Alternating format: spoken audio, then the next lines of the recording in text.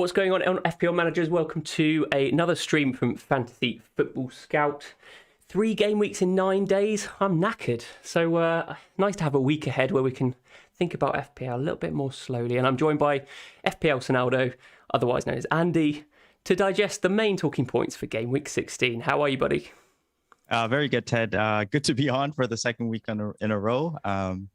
It was a wild Saturday a great Saturday for me, and then a painful Sunday. But here we are already making plans for game week 16. So let's do it. Absolutely. I mean, at the moment, we've both got green arrows. That's the main thing. But it was completely the opposite for me. I had a terrible, terrible Saturday and a good Sunday. So nice that it's averaged out for both of us to be in green arrows. So there we go. But yeah, we've lots to discuss today. The main topics will be digesting United with their really good run of fixtures. Who are the best players to bring in?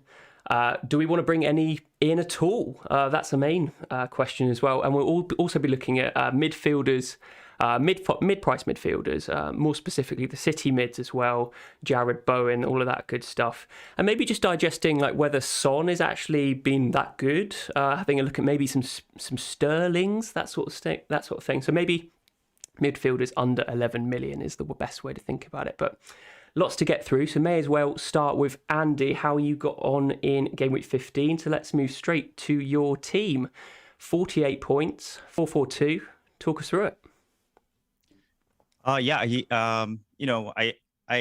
brought in Bowen this week, and I know a lot of people were planning to bring in him game week 16, so I'm not going to take too much credit here. The reason I brought in Bowen was simple. It was long-term strategy. I always wanted Bowen from game week 16. He was showing signs, and in many ways, I was lucky that he was able to produce against a tough Chelsea side. But looking at long-term, I could have made some other moves to look short-term. But if I brought in Bowen now, then it allows me to use the two free transfers to even plan further ahead. And I do believe there is a new template coming up very soon. I feel like there's a lot of question marks with a lot of different types of players. So I feel like I'm in a strong position to keep moving forward. I was so happy for you with that Bowen pick on Saturday. I was wallowing in my own pity, but for you, I was like, yes, yes, Andy, that Bowen pick was amazing. Yeah, Ted, so, when I saw your tweet shouting me out, as well as Bruno's Fred shout out there, it made my day. So I appreciate it. No, that's no problem at all. It's always nice when you bring in a pick for a good run of fixtures a little bit early, and you had the courage to play him in that Chelsea game. You could have easily played Livramento over him. So yeah, for sure. That 50-50 decision went your way, and what a decision it was. So I'm happy for you. So Gundogan also returned for you. Salah, Alexander-Arnold, but yeah, Mr. Harry Kane, Mr. Frustration himself. I'm sure that he's going to be a part of your transfer plans at the end of this video, right? Yeah, if I can quickly speak on it, a lot of people on Twitter are telling me like, "Oh, Ronaldo, why don't you have Son?" And I wanna clear it up right here. Okay, so again, in game week 8, I had the wild card. I had Son. The COVID positive, fake positive test or false positive test made me move off him. So I got Kane, or I got Lukaku and Werner that week, and naturally I moved to Kane, and I just haven't had the right time to, restructure everything and get Son back in. And it really, really hurt because last season I had Son basically the entire season, and football comes before FPL for me, but to see him score and me feel a little bit of like, oh man. As a fan, it was a little bit disappointing on my part as well, because maybe this FPL game is consuming me too much. Whereas I'm always going to be Sonny's fan before FPL. So yeah, so it's for the guys who have Son, I'm very excited for you guys. I think he's going to be amazing. And for me, he's a keep. He's performing, he's in form. This is what he does, right? He's so consistent, and I believe he's going to keep delivering. So if I was a Son owner, I would be in no rush to sell. Interesting. We're going to have opposing views on this video on that. So yeah, we're interested to talk about that in the coming few minutes. But yeah, so talking about COVID, you said with Sonny, you've got Ivan Toney who tested positive for COVID, and I'm sure that he's pretty prevalent in a lot of FPL teams. So a lot of first benches coming in for Tony. You've got Livramento, which is, 2 points. So annoying, so frustrating that he lost his clean sheet in the 90 plus 8th minute or whatever it was, in such weird circumstances with McCarthy injured, and didn't tell Hasenhüttl that he needed to come off. And it was almost like a free goal. So very, very frustrating for Livramento players and starters and first benches. So it is what it is, but you get your 2 points. And you got Ramsdale to play tonight. I'm expecting a Ramsdale 20-pointer, so no less than 20 points. No, just kidding. But yeah, I think the Tony thing was super unfortunate. I mean, it's so funny because on Saturday I was kind of smiling that Livramento got his clean sheet taken away. And then when Tony COVID news hit and he was first on my bench, Livramento, the pain came later. So fun game this is. This is like we had like the mirror image game weeks, because I actually we'll go to my team in a minute. I started Livramento and got lucky with Antonio coming off my bench.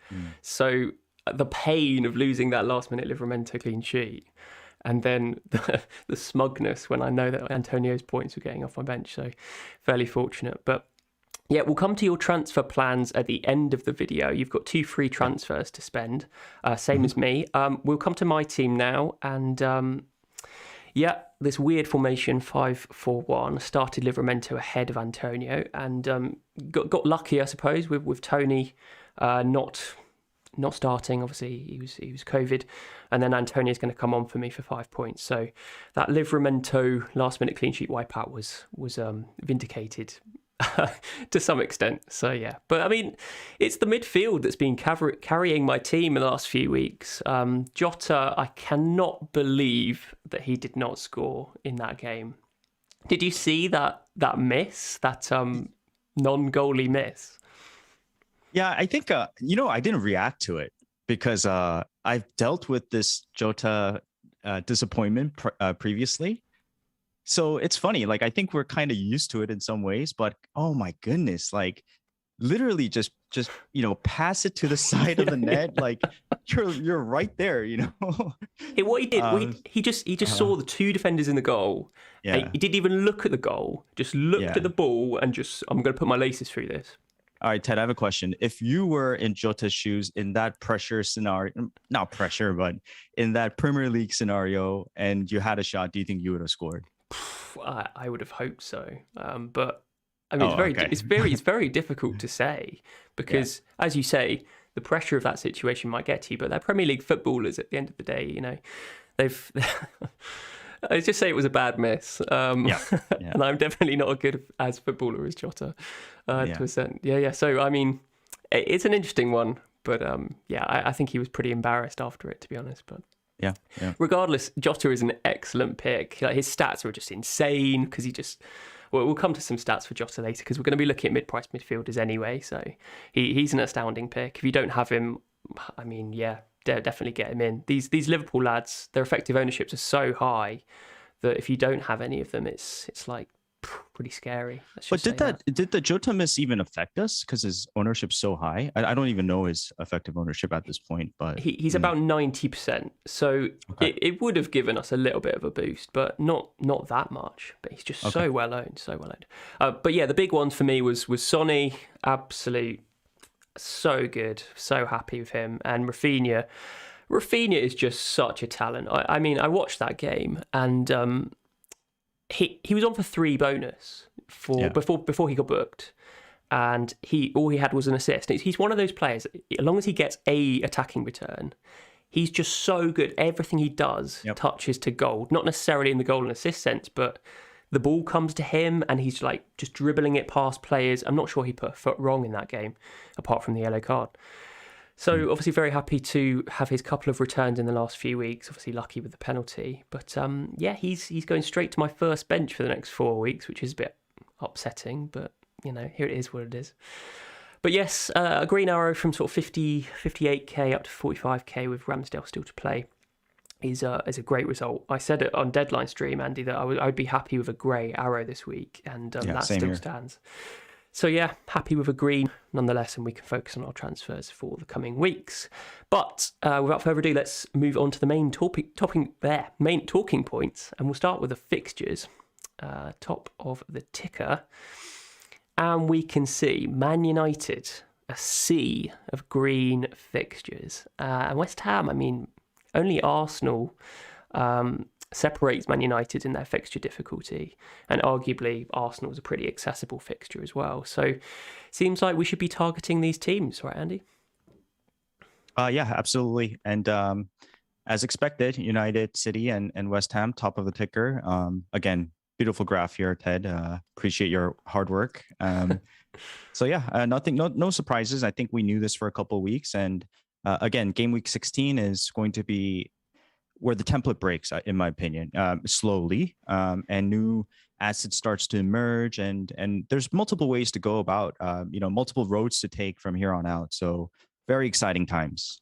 Absolutely. Yeah, so a lot of talking points. We're going to focus on Man United up next. We're going to do those in a bit of depth because we kind of need to have a Man United asset. I mean, those fixtures probably say you do need one, but obviously you could take the prudent approach and wait out what you see from Rangnick in the next couple of weeks. But that Norwich fixture is just so appealing. It seems like we need someone in our team. So we'll look at Man United in depth. West Ham, patient Antonio owners will obviously have him for the next run of fixtures, and Bowen seems to be the one to supplement Antonio with. I mean, you've got him this week. I'm very tempted to bring Bowen in this week as well. So those are the key ones from Man United and West Ham. But we've also got which Man City mid to have, if any. They've got a good run of fixtures. Watford, Josh King versus Dennis, another really good run of fixtures. I mean, you could even have them as a first bench option. Arsenal, Smith Rowe seems to be the one to have at Arsenal. A really good value providing there. Tony, if you're going to keep on Tony, he's got a good run of 4. Excluding Man United. Burnley, not too worried there. And then Chelsea, we've got Alonso, Rudiger, Reece James owners that will take some comfort from this good run of fixtures. So that's top of the ticker. Plenty of teams, plenty of players that we already have in our teams that are about to get a fixture bounce. So encouraging. And it's really a question of which area of those fixtures to target with your transfers in game week 16. So I've got a tweet here. Let's move on to it from Mish. And he's praising you, Andy, about your excellent Man United analysis earlier in the week. Am I right in saying that you were sort of predicting Rangnick's strategy and it came true at the weekend? I mean, first of all, Mish, I really appreciate this. So I was on Scoutcast last week, and I don't want to say I predicted it, right? Because a lot of people already know about Rangnick's, formation, style of play, this and that, right? But I just gave kind of an overview of what I thought might happen. For me, Rangnick's all about transition play. Obviously, pressing is very important. And I gave a prime example of what this means is on the defensive transition, for example, when you have a 4-back defense in a team like Burnley, for example, since your 6 guys in the middle are so crunched together and moving like a unit, the wingbacks have all the freedom in the world to move up and down the flank. So everybody has to be super fit, first of all. And let's say United's attacking and your 2 wingbacks are pushed all the way forward. What happens is they pin the fullbacks of the other team. And then your 2 strikers in Rashford and Ronaldo at this time will pin the center backs as well. So how does Burnley, get out of that position? There's only 2 ways. You play the long ball, or you play it to the center, or you kind of build up through the middle. And that's where I predicted that Bruno's influence and possibly Sancho's influence would be significant. And I think we saw some moments like that throughout this game. So again, I didn't really predict much, but I did think that 4-2-2-2 would be the likely formation. I do think that when AWB is an option, they can move back to the 3-back. I do think Rangnick's going to play that style once in a while. So there's a lot of questions here, but the genesis or the essence of what I was saying was Rangnick's philosophy comes before everything else. His tactics, his strategy, blah, blah, blah. It's all revolved around his philosophy, which is press and transition. Yeah. No, it's really good. I honestly, I didn't have a clue about how he would set up, but I was watching that game, and they did look very solid, and I Mhm. think solid is the word. They were continually knocking on that door for a goal, but it just didn't quite work until Fred obviously put it in from the edge of the box with an excellent strike. But it just showed you're playing with more intent, with more strategical play that Rangnick is clearly only with 1 day of training instilled in them already. So it'd be interesting to see what he can do with a week's worth of training against a poor Norwich side, and we might see more evidence of your strategy. Let's just move on and look at the. We're not moving on from Man United. I've just got a Man United chart here, which just shows all the Man United players that you might want to consider. I think I've excluded people like Wan-Bissaka and Lindelof, whose attacking stats were just even worse than the players in the bottom left. So but the interesting thing for me was Alex Telles came in and Dalot came in. And so Shaw and Wan-Bissaka midway. Are we going to see Dalot and Telles being the first choice left back and right back in this Man United team? What's the reason for Rangnick favouring those two?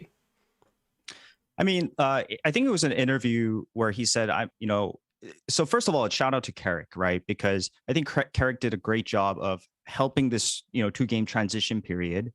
And in the interview, I think previous to the game, Rangnick said something about like, why would I change the team when I've had like 2 days of training and they won, right? The team won. So, that's a reassuring thing for the starters. However, Luke Shaw is a great asset and he's a great player and could fit tremendously well into Rangnick's system. And again, if they move to a 3-back, AW might be an option. And we might see guys like maybe Sancho, Greenwood, Lingard play on the right as like that wing back role. So still, there's no set answers here. I think that I have one player that I'm keen on getting, and the rest is still up for grabs. So I'll keep that for a little bit later. But I don't think nobody's nailed right now. There's been 1 game, 2 training sessions. Maybe it's their spot to lose, but just be flexible. I don't think you need to decide right now. Yeah, and this might be people's reticence about getting a Man United player immediately because we don't know how the evolution of that side is going to continue in the next few weeks, and prudent managers might want to refrain from bringing one in until they know the full evidence. So, I mean, we've got this chart here. Obviously, Ronaldo is killing it compared to his teammates. We might want to consider Rashford. We might want to consider Greenwood or Sancho in the future. Maybe even Fernandes. There's a problem with Greenwood. Obviously, his minutes probably will be managed. He might not be that preferred option because he doesn't tend to press. I remember you saying in the deadline stream, Fernandes is an expensive asset that isn't on penalties and has less and less goal threat as the time goes by. So it's kind of between Sancho and Rashford for me as that maybe second player, but I really don't know which one to get, and I'm only going to start with Ronaldo potentially if I bring him in. So does that sort of echo your thoughts on the Man United squad? Yeah, I think Sancho and Rashford should definitely be open options. And yes, the guy I'm looking at is none other than CR7. I think he's going to be a great option, and I'll try to explain why. But first, if you don't mind, I'm going to speak on what FPL Bruno, who's a kind of a United specialist and loves United, gave me. And, he was saying a lot of the things that I was thinking, 4-2-2-2, similar to Man City under Mancini, Rafa at Leipzig, 2 Romanian attacking mids, target man, striker stretching the play, running behind. Bruno was drifting to the right a lot, which left Dalot to occupy the space. And AWB is a great defender, but is not a great attacker. So I think that he's going to struggle to take this spot from Dalot, right? On the eye test, Ronaldo looked like the best asset to own. He was a lot more involved in the previous game with his usual 5 shots. What impressed me the most was in the last minute, he was making sprints. So he was pressing really well, right? So again, Bruno says that Bruno is not an option for him because sadly he's overpriced. And yeah, he did come out with the highest XGI and 0.35 XA. So really good stats here and there. 3 shots, 1 in the box, 2 chances created. But I think he's overpriced as well. So your thoughts there? Yeah, it's an interesting one. Obviously, we don't know how Fernandes will play in the new system because in the previous weeks he's definitely played a little bit deeper, and that goal threat has massively decreased. I mean, the assist threat is contained. Like he continues to be an assist threat, but the goal threat massively dropped off. And it was only against Palace that he started having a few more shots and obviously got his goal. So definitely one to monitor, but I agree with you, he is overpriced compared to the likes of Ronaldo, who is probably worth his money. Maybe is a little bit expensive, but for the main attacking asset at Man United, I think Ronaldo is probably more worth the money than Fernandes is. But time will tell. Yep. Yeah, so if you don't mind, I'm going to try to get into it a little bit, maybe a couple minutes to try to reason why I think Ronaldo might be the asset. And so before you do that, Okay. I've got a graphic on Ronaldo, and then we can do a deep dive. So let's move to him. So this is basically the timeline of Ronaldo. We've got his previous 10 fixtures, all the way back to Gameweek 6. And at the bottom, we've got his attacking stats, how they have developed over that 10 game week period. And then above that, we've got his goals and assists output. So you can see that beforehand, when he came into the Premier League in game week 6, the little red line there is the XGI per 90 rolling average, and that's on a last 4 game weeks basis. You can see that was super high. And now it took a dive from game week 8, game week 9, game week 10. But you can see since then, it has upticked. And this is excluding penalties as well. So that game week 14 penalty is not affecting that rise in the XGI. But this is incredibly encouraging ahead of a really good fixture run, because that's only likely to increase against weaker opposition. And you can see that Man United had some pretty tough opposition in the last sort of 6, 7, 8 game weeks with Liverpool, Man City, Chelsea amongst the fixtures. But yeah, I mean, he's in form theoretically. A goal and assist against Spurs, assist against Watford, and 2 goals against Arsenal. That's all in the last 6 game weeks. So encouraging, I think. Yeah, beautiful chart here. Yeah, definitely encouraging. I think besides all these stats too, like you can see the hunger and the motivation as well in Ronaldo, and the fact that he was running so much is a good sign when one of the best players of all time is running like that. It's very promising what I'm seeing. Yeah, fingers crossed. So you wanted to do a deep dive on Ronaldo. Do you want to use this time as the opportunity to do that? Yeah, I can try. So I have some notes down. I may have to try to read through it and try to kind of put it together on the spot. But first of all, I thought what stood out was the clear plan and the balance that Rangnick tried to show under Oli. Like there was no balance, right? And there was no clear plan. It was like all over the place. But to summarize, it was a clear plan that's balanced, whether it's left side, right side attacking. It seemed balanced, and there was a lot of interchangeable pieces throughout the United squad. And I'll try to explain what I mean here. So the 6 players in the middle have to play as a unit, so they're moving well, very well, pressing really well. And a cool stat that I found out was that when Crystal Palace and United both lost the ball, most of the times they lost it on the Crystal Palace side. So first of all, that tells you just how much pressing they're doing. And Rangnick's basically saying hey, if you're going to lose the ball, just lose it at their end. So it's a clear plan that they're pressing and transitioning. The main points were they're transitioning really, really fast. That was beautiful to see, something that we haven't seen in a while. The buildup was great. And there was a lot of 1v1, extremely fast man marking as well on the defense. So that was nice to see. So from a non-statistical point of view, one of the things about Ronaldo is he has an untouchable mental attitude and mental strength when he wants to be, and you could see the fire and motivation. And I think that people were afraid of Ronaldo's, pressing. Can he actually run? And at this age of 36, that he's running this much is, first of all, credit to him, right? And second of all, I think what Rangnick's going to do is try to maybe use the players behind him and rotate them even more and make them run even more to cater to Ronaldo. When you have a guy like Ronaldo, you want to maximize his skill level and talent, right? I think, like, sorry to Go chip ahead. in, Mhm. with this new manager bounce that everyone talks about, the main thing that comes from that is the desire to play for your manager, to put Mm. that extra mile in, to go the extra mile, I should say.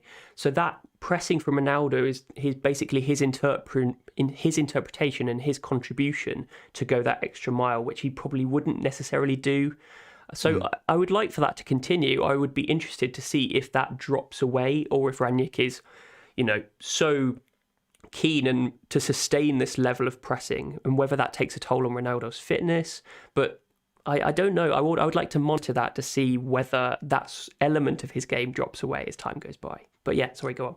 No, for sure. I think nobody knows the answer, to be honest. I'm just excited at what I'm seeing. And what I meant by the interchangeable pieces in a very systematic and balanced approach is the key players for me were Bruno and the wingbacks, right? So what you saw under Ollie is Bruno was all over the pitch. He was exhausted at some points, right? He had to like mark the right side, the left side, come back all the time. So he's running a lot, right?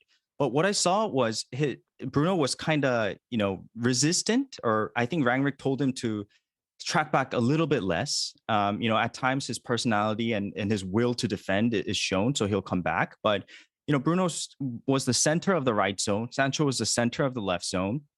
And how the fullbacks were used was this like left triangle and right triangle, right? So Sancho's the main guy in the middle on the left. And so a lot of playmaking went through him through the left. And so Telles would make these underlapping runs. And you would see one of Cristiano or Rash kind of drift out wide, right? And on the other side, Dalot would overlap, less underlapping here, and Bruno would be the central. And same thing, Ronaldo or Rash would drift out wide. So basically, you have a very balanced double attack on the right and left.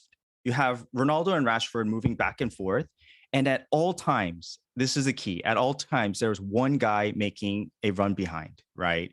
So this is what I mean by a very like systematic, balanced, yet interchangeable, adaptable, and you don't know where the threat's going to come. They're pressing high, they're attacking, and when you have such a strong system and the players are motivated and their level is going up, you got to remember like all these guys, even Fred, right? They're geniuses in terms of football, right? We just see them at such a high level that it's easy for us to critique, but they're all at the Premier League for a reason, right? And I think that this is going to help Ronaldo a lot. Like the service he's going to get and the amount of talent he has around now under a great coach is going to prove to be the difference, in my opinion. Again, I can't predict the FPL points, but this is why I'm kind of excited for them. Yeah, really interesting analysis. And from what you have said, just puts in my mind that Man United could turn into playing in a similar sort of style to Man City, where the points are maybe shared around a little bit more than they used to be. And you're saying that players in behind, maybe Fernandes, maybe Sancho, you've got Rashford and Ronaldo in the centre, even the players behind Sancho and Fernandes might get in part of the points as well, like Fred did at the weekend. So it's really interesting to monitor from an investigative point of view, like how this evolution will occur. But yeah, I think that analysis is really spot on.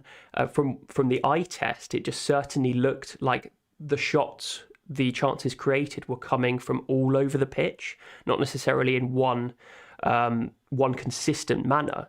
So hopefully, because Ronaldo is the key man, that he benefits from this. But the only caveat is that maybe the points start getting shared around a little bit. That would be my only worry. But in terms of team confidence, team mobility, I'm excited, and it's come at the right time ahead of a really good fixture run. So I think the last point, Ted, is the guy that has to get better is McTominay. I thought Fred was okay. He has that long ball in him, but McTominay needs to improve attacking wise and sort of help the right side and the right zone. I think a lot of the attacks going to come from the left, which was, even though Rangnick's trying to make him more balanced. So I do see Luke Shaw excelling here, but McTominay was covered by Dalot this game. Dalot did really, really well, right? So I also see the potential in guys like Sancho, Lingard, and Van de Beek doing really well because Van de Beek is a runner. He runs a lot and he covers a lot of space. And same with Lingard as well. He runs a lot as well. So a lot of question marks and a lot of opportunities for these guys. But no doubt the guy that's gonna be in the team and the team's gonna cater towards is Cristiano Ronaldo. Yeah, it's interesting. I mean, I think that the common consensus is if Man United want to really, really go to that next level, they need a world-class centre defensive midfielder. That's the key position. And I wonder whether they will go shopping in January for one. But I mean, you mentioned they might switch to 3 at the back / 5 at the back. McTominay could drop out, leaving Fred as that CDM, and you have an extra centre-back instead. So I think he has options for the next... for the next few weeks, see what happens. But yeah, but exciting times. I mean, at Man United and for us at FPL. Ronaldo's definitely on my radar. Let's just say that. Nice. So let's park the Man United discussion there and move to our second subject of the video and talk about mid-priced midfielders. And I've kind of cheated. It's not really mid-priced. We've gone up to 11 million here just to accommodate the likes of Son and Sterling, for example. So I've got this chart here, which is the usual one. It's small attempts across the bottom. That's the difficult chances created and shots. And then the big attempts, the easy shots and chances created across the top. So we've got Sterling and Gundogan setting the pace, really, for number of efforts. And they're equally good for big attempts. Sterling is a really interesting one that I think the community might be not really considering, but maybe there is a reason for that. He is fairly expensive, and if you're going to play Pep Roulette, why play with the most expensive, apart from KDB, obviously? So we're going to talk about Man City mids, definitely, but let's just briefly scan the rest of the graphic. We've got Jota there, best for big attempts. I'm not sure that's too surprising. And then Foden and Bowen next to him with loads of big attempts, not so many small attempts. So they're more the quality type of efforts rather than the quantity. And then contrastly, we've got Rafinha, Ziyech, Trossard, Dan James down the bottom right-hand side with lots and lots of small attempts, but not so good for the easy efforts, which I think is pretty intuitive, certainly in terms of Rafinha's example. So yeah, what's your first impressions of that chart? What stands out to you, Andy? I like how Gundogan's there. As a Gundogan owner. I thought you would. Yeah, I see Foden right up there in terms of big attempts as well. So that's nice to see. Gallagher is kind of like in that middle area, and Madison as well. So yeah, very interesting chart here. Mount is at the lower left hand corner, and he did really well over the weekend. So he did. What this is trying to evidence is which players are perhaps overperforming, and that overperformance is either a correlation to incredible technique, incredible clinicalness, or it's an indication that they're probably not going to continue that level of returns, and they're just probably going to sink back to their usual conversion rate for the stats that they're creating. And maybe Mount is in that category. I mean, he's super frustrating to own as an FPL asset because it seems like all of his points come in massive explosions. And I don't know. I'm certainly not looking at Mount just from that basis. And his stats need to improve from a big attempts perspective in order for him to rival that of Jota or Gundogan or Foden or Bowen. So yeah, definitely not considering Mount at the moment. But yeah, we're definitely going to consider the City mids, and we can start with those guys. Bernardo Silva isn't too far ahead of Mason Mount, for example. And a lot of people in the community are bringing in Bernardo Silva, and quite rightly, he's been absolutely killing it recently. Loads and loads of goals. I think it's like 5 goals in the last few games. I've got a chart for Bernardo Silva, so I'll build it up here. It's the same timeline thing as Ronaldo. We've got the last 10 games for Bernardo Silva. We've got the rolling XGI per 90 at the bottom. And you can see it's pretty consistent from Bernardo Silva, but it's not increasing or sort of fluctuating in form as other players would, which just shows his immense consistency as a technical player. But the bottom line is he is massively overperforming his returns versus the XGI that he's creating in games.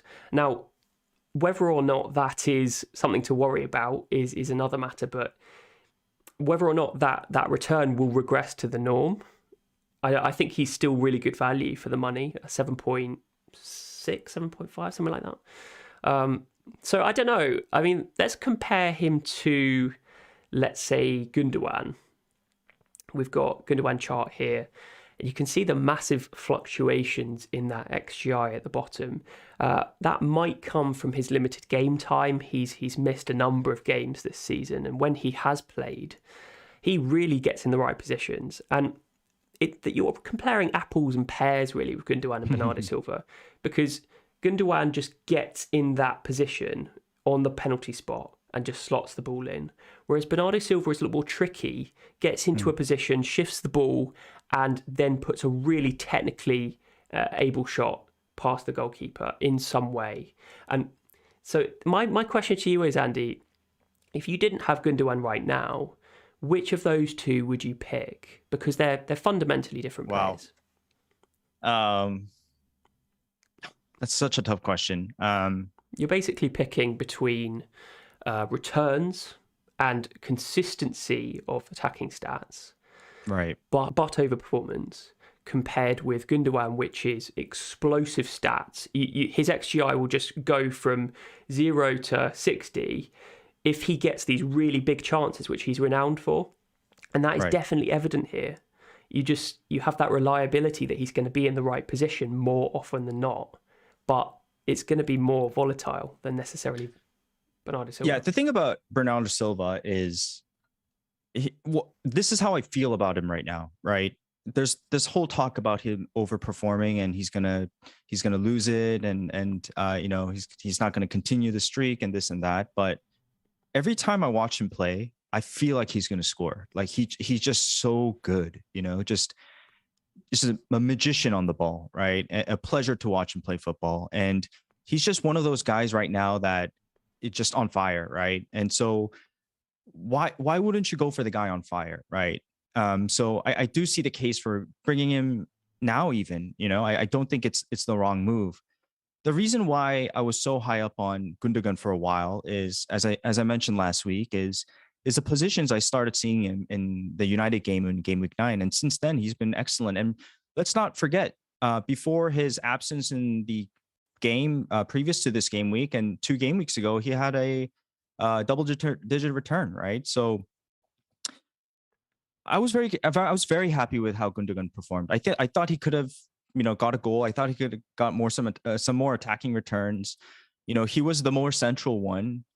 It's amazing the way Pep plays and how they don't have like a Harry Kane type of striker. It's just a bunch of ballers just running into the box and it's just such a pleasure to watch Man City play. And so I don't think there's a right answer here. I'm very happy keeping Gundogan. I think he's going to do well. And I think if you had to pick between the two, Gundogan. Definitely some bias there. Let's go back to the chart. And I mean, what you were saying is sort of part and parcel of the problem we have at Man City, and it's just the wealth of options we have. Exactly. They're going to share points. Part of me wants to have a piece of that pie in some way, but there's no really effective way of getting all the points. You're going to have to suffer a little bit of rotation maybe now and then, and maybe one game your player doesn't get any points and everyone else has like goals and assists. But if you want to buy a ticket to the lottery, be my guest. I mean, there's 5 City players here: Sterling, Gundogan, Grealish, Silva and Foden. We're not mentioning Mahrez, we're not mentioning KDB when he's back. Just so many other options. So it's really tricky. I think Gundogan seems like a really good option in terms of the stats. And Bernardo Silva is really, really good in terms of the form. And I guess we can compare Bernardo Silva to the likes of Rafinha. Rafinha is technically so good, but he doesn't necessarily get in the positions that the likes of Jota and Gundogan do. So I don't think there's a right and wrong answer here. It's just really personal preference about what you can afford or what you rate as an FPL manager, like whether you rate ability or technical ability or whether you rate positioning. and that's just your choice to make. I think if you don't mind, I can add 2 quick points here. So on Scoutcast last week, I did kind of a December crunch research of Man City over the last 2 seasons. And without getting too much into the numbers, basically 1920 season in December, over 7 games, they had 17 goals. And the highest scoring guy had 4 goals, followed by 3 goals, and another guy had 3 goals. So it just goes to show how spread out the goals are at Man City. It's very hard to predict who's going to score. So the abundance theory, again, comes to mind. And how much of the pie do you want? Do you want one guy and take the chances, or do you want to get 2 guys in and try to take a little bit bigger of the pie? There's always the caveat that one guy goes crazy like Bernardo Silva and scores every game. You just never know, right? And the second point I want to make is that people are talking about the effect of KDB that might have on Gundogan. I actually think that Gundogan plays better with KDB. Maybe historically, not so much, but at least that United game, which is the most recent game I saw both of them play, they were both interchanging runs into the zone, and piercing runs. I think that KDB makes him better. They're another guy that they have to worry about, So what a plethora of attacking assets that City have. I think KDB also offers a really big complication for Bernardo Silva owners. Let me explain myself. When he comes back in, and let's say he plays with Gundogan with like Rodri in that centre defensive midfielder position, Bernardo Silva is used to playing that false 9. He's used to playing in that right wing role. But the right wing role is now pretty full of options. Like Mahrez, Sterling played there at the weekend, and Jesus has sort of made his own in that position. So maybe he moves into that false 9, but then it has a knock-on effect on the left-hand side where Foden is maybe competing with Grealish for that left wing position. So it's really, really difficult to digest about whether we're going to get a consistent team at Man City over the Christmas period. My guess would be no. And you have to stomach a few benchings at some point, regardless of who it is. One player we haven't talked about is Foden. And we can see on this chart, he's really, really good for the big attempts. He has had a couple of games missing. He's been injured, but not so much for the small attempts. But I have got a chart here, so I'm going to bring up the timeline for him. So we're just more specifically looking at the stats here at the bottom. He had a little bit of a dip in the XGI per 90 rolling average, but in the last game, that massively spiked. So he was super good in the statistical department. But what you can notice is that him being on the left wing, not being in that false 9 position, I think the last time he was playing there was in Gameweek 9, potentially, when he scored that 2 goals and assists against Brighton. You can see that sort of aquamarine blue at the bottom there against Brighton was super high. That means his goal threat was really, really good, his XG. Since then, since he's moved to the left, the orange bars have become more than the XGs. The XA has become more than the XG. And that is basically just a shift in his points potential towards assists rather than goals.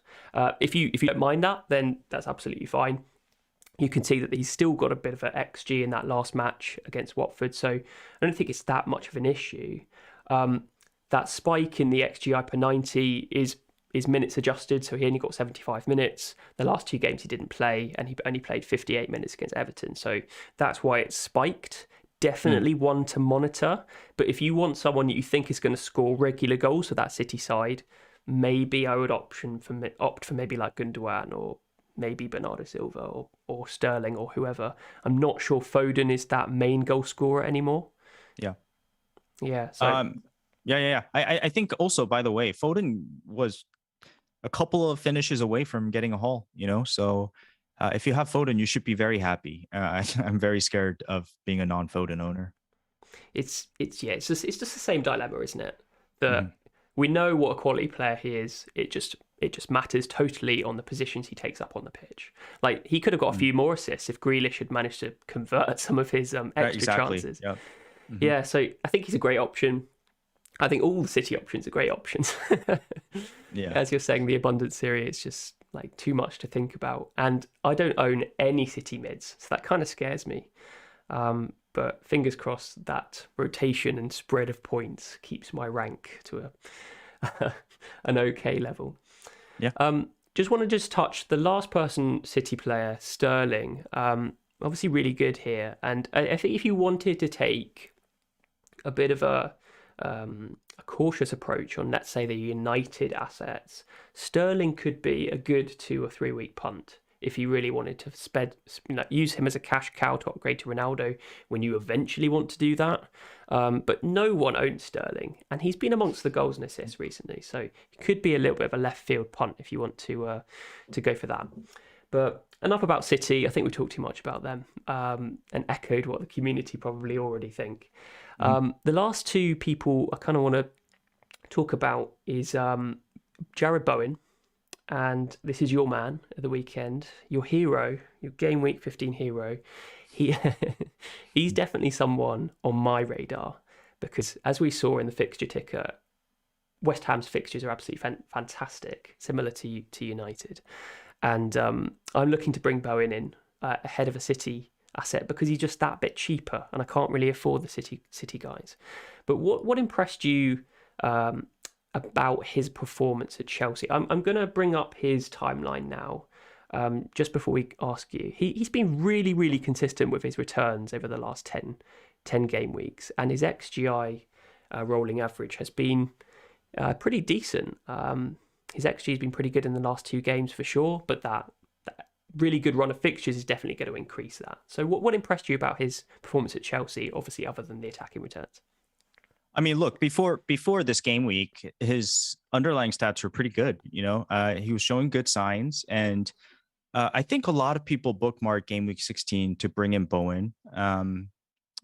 Possibly Antonio as well if you're not a non-owner, and a lot of people stuck with Antonio till now, and I guess you just have to ride with him. But for me, I didn't have Antonio. I was one of the lucky guys to drop off Antonio, and as much as people are disappointed with Antonio, I thought he could have got some returns here and there. But because I don't have Antonio, Bowen was always on my mind, and the underlying stats were always confirmation bias in that, okay, like this is the guy I need to go for, because it's not easy to get to Antonio with his price point. I'm grateful he's dropping, but Bowen at his price point for how high he was playing and how good he looked, it's a no-brainer. I think his goal was, like some people say it was lucky, but I thought it was a great goal, right? Like great finish.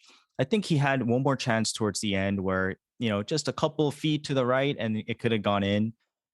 So classic FPL where you're greedy for more goals, but I'm very excited. That was the one where Antonio crossed it across the face of goal, and he was far away from slotting it in. Exactly. Really unlucky for you. Yeah. But obviously good in terms of his positioning. Absolutely fantastic. So, I mean, obviously his return rate is pretty decent. I think if you look at his stats in maybe the last 4 or 5 games, they have sort of been fairly conservative. But we can sort of caveat that by saying he's played Liverpool and City. Exactly. Obviously, he got the Liverpool game, they scored 3 goals and he got 2 assists from them. But the way Liverpool play, he's likely not going to have too many attacking stats to shout about in those games. But I mean, talk about Brighton and Wolves. They've been really solid. They may be a green fixture difficulty, but they both have qualities that really, able to dominate the game, control the game with possession style football, and just be really difficult to break down. So I don't think we have to worry too much about that depletion in the attacking stats in the last 4 or 5 game weeks. You can see maybe in the first 5, maybe game week 6 to game week 10, where the fixture difficulty is lesser. Spurs and Everton weren't exactly solid at the back at that time.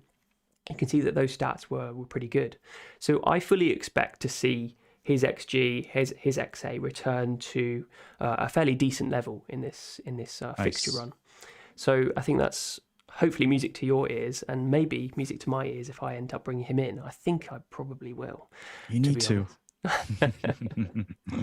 So one last factor to talk about here is, certainly from my perspective, I have Son Heung-min, and I'm talking about moving him on to Cristiano Ronaldo. with a shift in, obviously. I've got 2 free transfers, so I can do that. But a lot of people in the community talking about, including yourself, Andy, would I move Son on in such good form, playing for a Spurs team that have been scoring a fair few goals in the last few game weeks? But you can see here, his attacking stats, when you compare maybe to other players of a cheaper price, aren't that comparable. And I know Son typically doesn't need the stats to be able to get the points because he's uber clinical. We've seen this in previous years, and that's what he's starting to do at Spurs. But you know he's not going to get at a crazy amount of chances.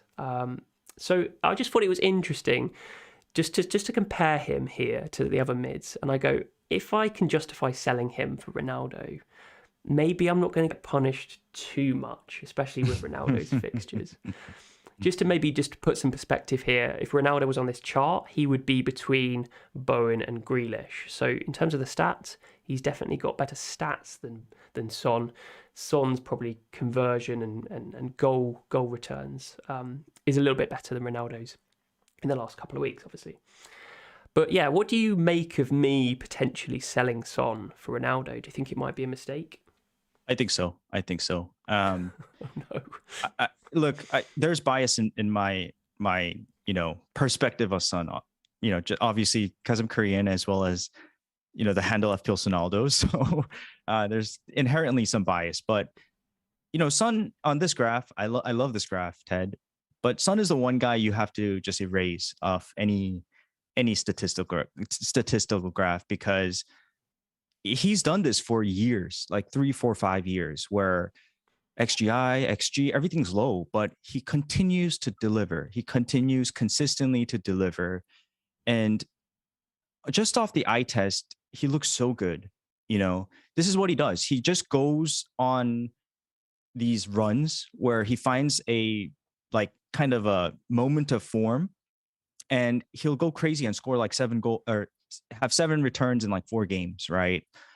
I mean, I literally looked at the last 3, 4 years or 5 years of his career, and he had about, I think it was 17 back-to-back goals. So I don't know if that's a lot, but he has that consistency. It seems a lot. Yeah, it seems a lot, right? And he doesn't really score a lot in one game. Like usually it's 1 goal, but he has all these games where he does 1 goal, 1 assist, for example. And in FPL terms, that's huge. I think he already has 3 double-digit returns this year. And that's under Nuno, where they were struggling and they had that purple patch. Why would you sell him? I don't know. This is how far I went. I have the easy move to go from Kane to Ronaldo, or keep Kane this week against Brighton and with their depleted defense. But I just don't trust Kane anymore, right?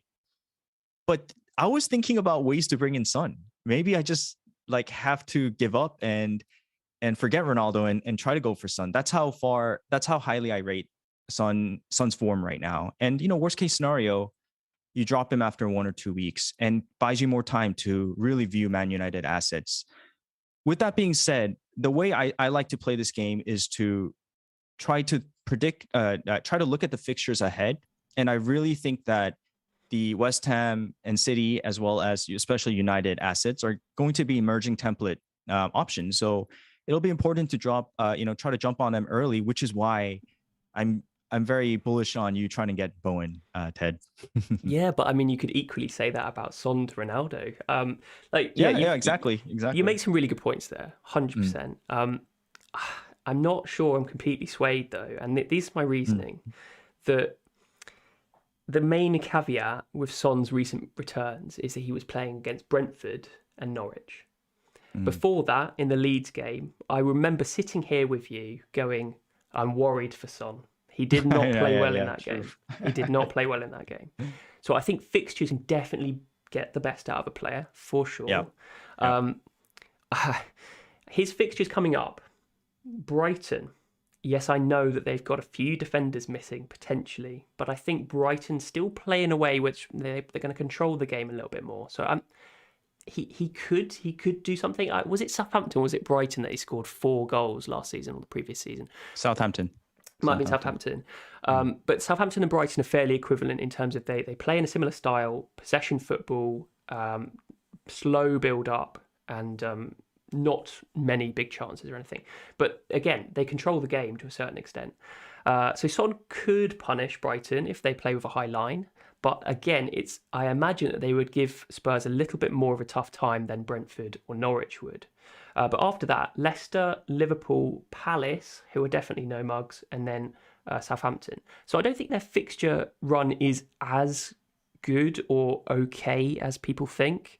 I could compare that to the Man United run, which is what?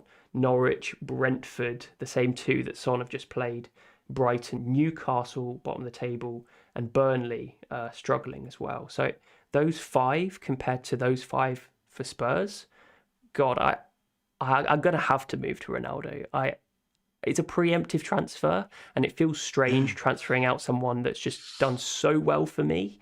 Like I feel like I'm betraying my own player, like just cutting and run with his points. But it just seems logical to me, and I may be silly. I may be silly for it in the end, going, why did I do it? But it seems a logical transfer for me. So No, I'm glad we have two perspectives here, because let's say we're both Son owners, which I'm not, but the fact that you're thinking that the logical move is to get to Ronaldo, whereas I'm thinking, why would you sell the guy in form and the guy that, for example, non-owners want? I hope you think through it a little bit more, Ted. Word of warning. Oh, goodness me. Yeah, I'm definitely going to agonize over that transfer. But yeah, we'll come to our transfers at the end of the video. We've got one last chart to go through. Did you have something to say before we did that, Andy? Why not just keep him for one more game? You know, he just performed, right? Like, because I know it's Norwich. I know Norwich. It's Cristiano.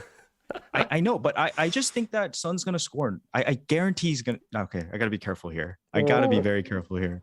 I'm convinced he's going to score this game. These are horrible, horrible sound bites for any sort of future thing that's going to come back and hit me. Yeah, it's going to come back to haunt me. By the way, I texted a Korean friend today. Shout out Steven. And I told him, like, hey, what do you think about Son right now? Do you think he's going to do well against Brighton? And his reply was, I think he's going to score every game. I believe he scores every game. So if you need more bias, here you go. That was definitely not what I wanted to hear. Okay, let's transition to the last slide, which is, well, before we get to our teams, which is the shot map. And this is just for the same group of players, midfielders, 11 million and under. So we've got average shot distance, how typically they shoot, far away from goal. We've got Bernardo Silva, Gundogan and Jota there at the top, shooting the closest to goal. Around those players, we've got their shot distribution, which is green for goals with the white border, and then green without the border is the shots on target. We've got yellow for shots blocked and red for shots off target. And then under their name is the total amount of shots that they've had in the last 6 game weeks. So Bernardo Silva, Gundogan and Jota, it doesn't surprise me, to be fair, because most people are, pretty keen on owning some or all of those players. What does interest me, though, is the shot distribution. And you can definitely tell the type of player from that distribution. And the conversion, like, look at Jota. First thing I noticed. It's just obviously crazy, but yeah, we know that he can miss from like 6 yards without a goalkeeper. So I mean, there is that. But Jota's XG is like more than double of any of these other players. It just shows that he's shooting from literally like 6 yards out. Doesn't really matter how good his technique is, as long as he just hits it towards target, and it's probably going to go in because it's a high probability of each shot going in. You can see that from his conversion. Like, what is that? Like an 80% conversion rate for the shots on target he's had. A lot of shots off target, which is obviously worrying. But regardless, you're still going to own him because he just sits at the penalty spot and just taps in every delicious cross that Salah or Trent Alexander-Arnold gives him. The interesting one is the City boys. You've got Bernardo Silva, who's had like the majority of his 9 shots on target, which just shows the technical ability of the player, but he's also converting a lot of them. And that kind of is counterintuitive for me, because even though he's shooting close to goal, I'm not sure that he's shooting from like the penalty spot. He's shooting more from maybe the sides, and from my perspective, maybe that's likely to die down a little bit in terms of his conversion. So I don't know. Obviously, you can interpret it different ways, but I think it just evidences. You've got Gundogan, who's also shooting from basically the penalty spot, but his conversion's pretty poor. So I don't know what's going on there, but there's definitely a disparity between the two players. So what else do we have on here? Sterling. Yeah, we've talked about Sterling and how much he is compared to his compatriots at City. If you want a couple 2 to 3 game week punt, then why not? His conversion seems to be okay. Dan James having the most shots out of any player on this. It's kind of weird, isn't it? Because why is Dan James having so many shots? But you just know that he's just less of an option than Rafinha. So why go for Dan James? But I mean, clearly he's really trying a lot to get shots off. Clearly, let's talk about Son again. We've got him between the 14 and 16 yard area. Massive conversion on the shots on target, but plenty off target and shots blocked as well. So we know that he's clinical, but that green section probably only corresponds to maybe 2, 3, 4 shots. And 3 of those have gone in. So definitely a supportive element to my selling Son. Also, if I can keep defending him. Go for it. If I can defend him, previous to I think this game or maybe before the last 2 games, because this is taking into account 6 game weeks, right? I think he had 0 shots for like 3 or 4 games in a row. So this is a pretty clustered 10 shots, I think. Yeah. Okay. And I'd be very interested to know where Bowen would be just based on last game week instead of the previous 6.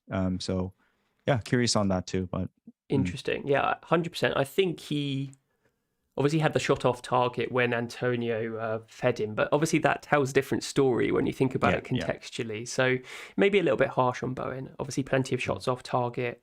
But as we talked about, the previous 5 or 6 game weeks, he had some difficult opposition, maybe got frustrated a few times and shot from, at the edge of the box. And that's more likely to be a shot off target to a certain extent. I don't think there's anything that suggests that Bowen is going to be a bad asset. I mean, the fact that he's, fourth in for total number of shots here is pretty encouraging. Nice. Number of shots on target is decent. So I think he's going to provide plenty of value for money. The interesting thing is, I remember when I was talking to you on Deadline Stream about my potential transfers for next week, and I was kind of set on Maddison. And it's just amazing how quickly a point of view could change. And I said to you on that stream, I know that he's going to be some sort of trap. I know that he's that type of player that shoots from the edge of the box. He's going to get like 2 or 3 game weeks worth of form, and then he's just going to die away again. And I kind of really, I'm happy that he didn't have a really good game against Aston Villa, because it would have put a question in my mind about going maybe Maddison over Bowen. But I think Bowen is just the obvious option in that 6.4 to 6.7 price bracket. If you've got a little bit extra, I would probably maybe go for a City mid, maybe. What's your thoughts on that, Andy? If you had the money to go for Bernardo Silva or Gundogan and you didn't own Bowen, would you prioritise the City boys over Bowen? Oh, wow. Tough question. I think so. I think you want one of the City assets.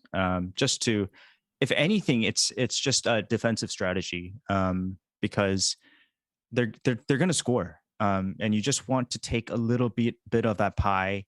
Hopefully you take the biggest piece of the pie, and that's where your differential gains will be. Worst case scenario, I think all of them are going to score, right? All of them are going to be involved in attacking plays. So you do want to have one of them at least. So I would prioritize that. But again, Bowen is just a good of an option. I mean, he's playing so good. He's like the main guy playing basically a striker role. So this is the classic like talisman type of debate, like which type of player do you want? And why not? Why not one of each? Yeah, 100%. I definitely want one of each at some point. Sadly, I can't quite get there in terms of price points, so I'm going to have to downgrade someone else somewhere to be able to upgrade the likes of Rafinha to a City Mm. mid. We've got Rafinha here. Obviously, we don't really need to say anything about Rafinha. He's awesome, and technically just one of the best players in the Premier League, in my opinion. But he's got a tough run of fixtures coming up where he plays City, Chelsea, Liverpool, Arsenal in the next four. That wasn't the right order, but a really tough run of fixtures. So he'll be first bench for me, sadly. But yeah, definitely want to get Bowen and a City mid. But yeah, I think maybe if you own Antonio, you don't necessarily need to prioritise Bowen for this run of fixtures, opposed to a City mid. But it definitely depends on your own team structure. Let's just say that.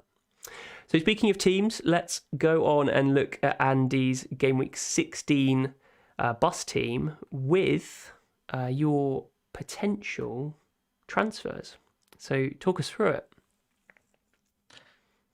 Again, this is very temporary. I think the price change was going to have an effect on me, but I'm not going to let it sway me anymore. I'm going to wait, and I'm just going to play it out this week. And things happen all the time during the Champions League, so who knows what's going to happen. Plus, more eye test on United assets. So for me, I think it's Kane to Ronaldo, and most likely Hwang to Joshua King. I do think that one of King and Dennis is going to be a template. Again, the whole idea for me is to move towards the new template.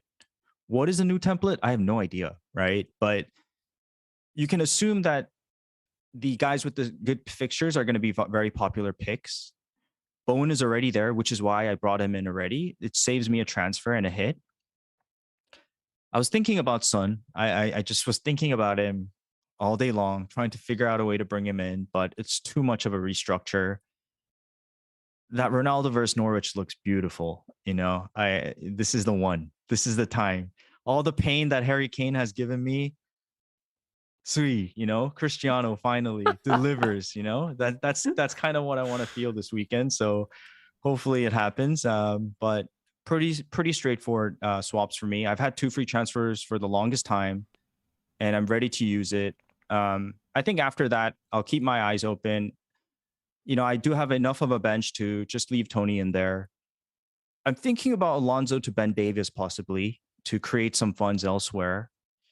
But a lot to play around with. I saw your thread on Ben Davis. It was pretty interesting about how Conte's system basically encourages that left-sided centre-back to support the left wing-back, whether it's Reguilon or whether it's Sessegnon when he came on. Really interesting. And obviously he got two assists at the weekend. So the last thing I'll say, Ted, is the reason why I'm thinking about dropping Alonso. I'll keep him. He might come good this game, right? He might show some good progress and maybe return this week. But one of the reasons is because the glaring hole in my future template may be Antonio. I'm afraid Antonio comes to life, and I may want to double up on Bowen and Antonio, as well as another emerging United asset elsewhere that we just don't know about yet. So I need to keep it flexible, stay open to changes, move when I need to move, but have the core pieces intact. So that's kind of the game plan and the long-term strategy I'm thinking of. Yeah, for sure. I mean, Alonso seems like the weak link in that defence. I think his positioning is obviously as good as it ever was. He just likes to get in the box as much as possible. He plays the ball off on that left side and then tries to get forward. Really, really good positioning. Hasn't quite worked for him in the last few weeks, but there's always potential that the ball just falls for him in the box. I saw him at the weekend making loads of runs, maybe to that, like as a striker, some of the balls came across the front of the goal and he was there. So we never know. I think Alonso still probably has a return in him in the next few weeks, but I completely understand your team structure dilemmas where you need to facilitate a move to a key player like Antonio that you expect is going to get a fixture bounce. It's very similar in my respect that I had the same idea about moving Alonso on, or I mean, I could move Livramento down to a 3.8, but then the bench becomes super weak. my hole is I don't have a City mid, and I kind of want to move Rafinha up to a City mid, whether it's Gundogan or whoever. So it's interesting that we have the same dilemma, but slightly contrasting. I already have Antonio, you have a City mid. So we have a real danger here of our team becoming the same. And I think that please, I like it. But you're trying to make me keep Son so you can have Ronaldo all to yourself. I know it. No, nice. I really believe you should keep Son. I truly believe so. Yeah. Well, we can definitely come back to this and you can say I told you so, but I can't see that I'm going to do it. I don't know. I'm being really stubborn about this for some reason. Potentially that's really bad.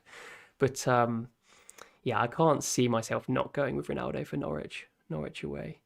But yeah, I think your team's really well set up. Josh King's a really good bench enabler. Yeah, definitely. What's your future plan with Tony? Is he the man that potentially becomes Antonio? Yeah, exactly. Yeah. So Brentford's fixtures are okay at the moment, so I don't think there's too much of a rush. Yeah, I have quite a bit in the bank. I think I have a 0.7 possibly. Sorry, I can't remember exactly, but which is why the Alonso move allows me from Tony to Antonio easily. So, yeah. One thing we're not talking about really is whether Tony's COVID issues will present a future issue about whether he actually plays at Watford or misses the next 2 games. We don't know. So it's definitely something to keep an eye on if you own Tony. If you're watching the video in the chat. So I mean, Tony against Watford is on paper a fantastic fixture, but keep an eye on it. Honestly, if it doesn't play this week, it doesn't matter because I have King coming on, Livramento covering, so it's fine. Good stuff. Yeah, Josh King, absolutely fantastic. Run of fixtures too, and he can be really good for any rotation that you might encounter. So the last thing I want to talk about actually is there is now a question about captaincy, in my opinion. There's a question. That doesn't mean to say that, everyone's going to captain Ronaldo, but I think most people will continue to captain Salah. But at least you've got a premium player with a new manager bounce playing arguably one of the worst teams in the league. Is there any glimmer of wavering captaining Salah? Look, if that first of all, Aston Villa look good, or they look better under Gerrard. So Watkins is definitely an option. Although he had a very frustrating game, I feel like he may become an option. The home game is the reason why it's very, very hard to take the band off of Salah. I mean, regardless whether it's home or away, you have to be super brave to go against Salah. And kudos to those guys that captained Son over the weekend. Really shout out to you guys. I've had the pain of Ted. You know what happened was I captained Kane when Salah hauled versus United, which is why my rank is, it's good, but it's as high as it could have been way better, right? I remember that. That was when Chelsea were playing Norwich and Lukaku got injured at the last minute, wasn't it? Yeah. Which is where I had Lukaku in, and I was going to captain Lukaku, and then I had Lukaku and Werner in that week, and both got injured, which is why I shifted to Kane. And I don't know what I was thinking, but I just captained him, and I can't even remember who they played. But it was like one of those maybe United can stop Salah kind of temporary thoughts that I had, and I went for it. And I remember it was super, super late. So I woke up the next morning and I was on a huge green arrow, really big green arrow. And then I saw it and I went on 100K red arrow because of that. So that's lingering in the back of my head. And I'm just too scared to go against Salah anymore. So for now, I'm just keeping it on Salah. I completely empathize with the way that you're thinking. And it's really annoying because you have to be so strong when you're thinking about effective ownership, and part of me goes, that is not the optimal way of thinking about captaincy. This is in an ideal world, by the way, when things work out in a one game week sample size. Captaining Salah just because of the effective ownership for me is not the optimal reason to do it. We have to captain him because we think he's going to get the most points, and obviously that says, that's obvious. But Aston Villa, yeah, you said that they look good, and Liverpool are fresh off the back of a frustrating game against Wolves. It's kind of like a marriage of convenience for putting an element of doubt in our heads about maybe Salah getting 2 or 3 goals. He's definitely going to go and punish any sort of negative thoughts about his ability. But you cannot deny that this man is on fire. He's scoring and assisting just every single game week. And that's what you want from a captain. Regardless of opposition, he's probably going to get a return. So I'm just playing devil's advocate here. I'm not actually thinking about captaining Ronaldo, but for those maybe who want to throw caution to the wind, I don't think Ronaldo is like the worst option compared to Salah. I think that gap is definitely smaller this week. But yeah, very brave. I think he may be a great option to captain this week. So I haven't decided on anything yet. So most likely Salah, but we'll see. Maybe the Champions League is a good sign of like, oh crap, maybe Ronaldo's about to go off. And also, guys, just to clarify, I did Hwang to King because Hwang is a big issue in my team, but it was pretty quick. So I haven't made these moves yet. It's just your graphic, right? Yeah. So yeah. I might just do Tony to King instead, just to clarify, guys. Okay, yeah, completely fair enough. Yeah, I would probably sell Hwang if I was in the same situation, but if Tony is definitely confirmed out, a lot of people saying in the chat that he's definitely out for the next week or so, then obviously he becomes your priority. So yeah, completely fair play. Let's finish off by looking at my team. It's not too different to yours. My anticipated transfers, I haven't made these either, are Ronaldo in for Tony and Son out for Bowen.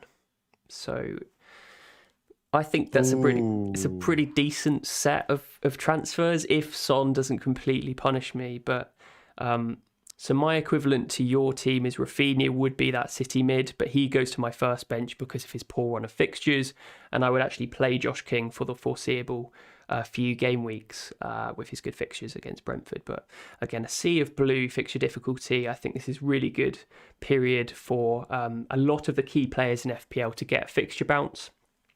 And it's pretty encouraging. That double up at West Ham, Bowen and Antonio would become pretty exciting for me. What a team, Ted. I love it. It's not too different from yours. The only difference is you've got a City mid, and I mean, that's the only difference really. City mid over Rafinha, and I have Antonio over maybe your Tony or Josh King or whoever you bring in that respect. But it's kind of similar. I can't miss out on this Ronaldo fixture boost. I can't. I'm going to cut and run with Son, I think. So yeah. No. I didn't realize that the moves were Tony out and Bowen in and Son and Ronaldo. If you think of it from like a like for like, one for one kind of thing, then I guess I would convince you to keep Son. But the fact that it's more of a two good transfers versus one good asset, I think, if you know what I mean. Yeah. I can see the reason here. I think you're ahead of the curve here.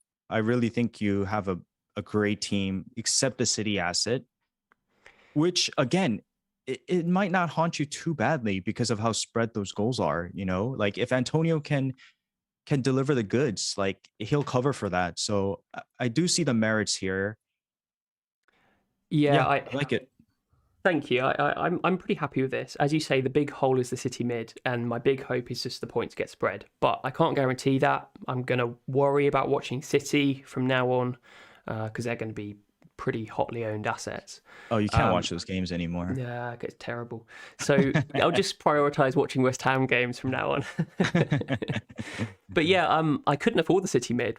I could go City over Bowen, but I only have 6.7 to spend in that midfield spot. Bowen is 6.4, leaves me 0.3 in the bank to maybe try and upgrade Fina in the future. I think I need an extra 0.3 or 0.4 to afford Gundogan. So as I said, either it's an Alonso downgrade or I get rid of Livramento for, I don't know, some fodder, which makes the bench a little bit weak. So I'm not 100% whether I'll actually do that. But if I can upgrade Rafinha to a City mid and bench Josh King as first bench, then that becomes a pretty solid team. So yeah, we will see what happens. But yeah, pretty happy with that set of transfers. Hopefully Son doesn't punish me, as you have warned me in the last few moments. So yeah, fingers crossed. I'm pretty set on these, to be fair. Wait, Ted, how much money do you have in the bank? 0.3. So yeah. I would say Rafinha to Gundo, if possible. Yeah, that's my plan. But Rafinha I can sell for 6.7. So 0.3 breaks it up to 7. And I think Gundo's like 7.3, 7.4, something like that. Yeah, 7.3, I think. So I can definitely prioritise that for maybe future transfers. But I think in the meantime, this is the most sensible one. But yeah. Yep. Cool. I think we will leave the stream there. Really good chat on Man United and mid-price midfielders, if you can call it that.